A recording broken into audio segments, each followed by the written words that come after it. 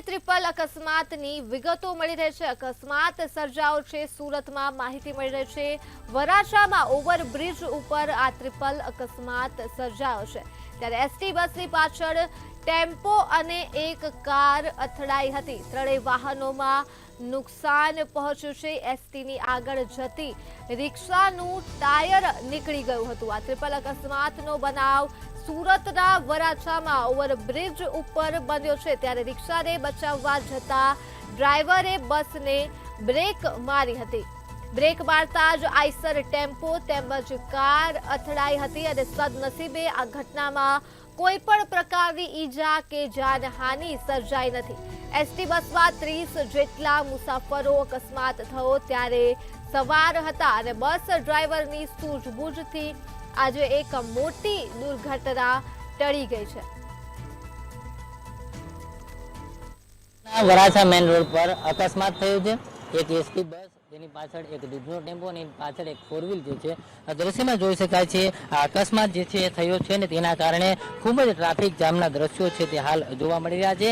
ખાસ કરીને જે આ એસટી બસ છે તે આવતી હતી ને તે દરમિયાન જે એક રિક્ષા છે તે રિક્ષાનું ક્યાંય ને ક્યાંય ટાયર નીકળી ગયું હતું ને તેના કારણે આખો અકસ્માત સર્જાયો છે। તેમાં ખાસ કરીને સદનસીબે કોઈ ઈજા નથી પહોંચી, પરંતુ જે પ્રકારે કહી શકાય કે ત્રણેય વાહનો છે તેમાં નુકસાની છે તે ખાસ જોવા મળી રહી છે। ને ખાસ જે પ્રકારે જોઈ શકાય છે આ જે ટેમ્પો છે તેમના જે પાછળ થી બસમાં અથડાયો છે ને સાથે સાથે કહી શકાય કે આ જે ફોર વ્હીલ છે તેમાં પણ ખૂબ જ નુકસાન છે તે જોવા મળી રહ્યું છે। અને આખી આ ફોર વ્હીલનું જે બોનેટ છે તે પણ વળી ગયું છે।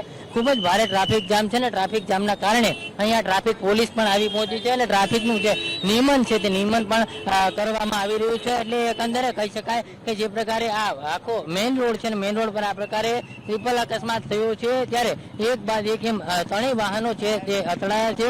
ત્યારે સ્પષ્ટ કહી શકાય કે જે પ્રકારે આ વાહનો જે છે તેમાં કઈ રીતે અકસ્માત થયો છે એસટી બસના ડ્રાઈવર છે એમની પાસે જાણીશું કઈ રીતે આખો અકસ્માત થયો છે।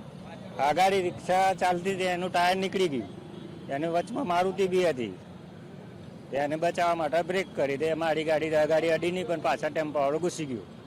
કોઈને કઈ જાનહાનિ કે ઈજા પહોંચી છે? નહીં જાનહાની કોઈની ઈજા નહીં બસ। કેટલી સ્પીડમાં હશે જ્યારે આ અકસ્માત થયો? ગાડી અમારી 40ની સ્પીડમાં હશે। 40 ક્યાંથી ક્યાં આ બસ ક્યાં જતી હતી? મારે દિલ્હી મોરાથી દાહોદ। એટલે બસમાં કોઈને ઈજા તો નહીં। અત્યારે તમામ મુસાફરો અન્ય જગ્યાએ છે? હા તો બીજી બસમાં શિફ્ટ કરી દીધે।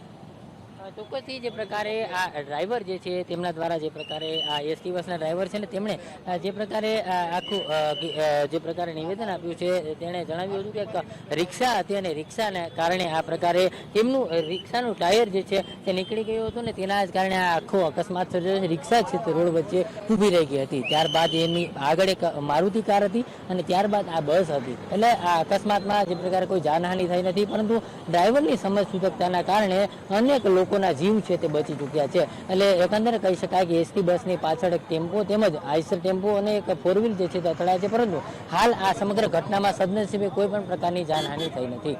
કેમેરામેન કેસી વગાસી સાથે દિવેશ।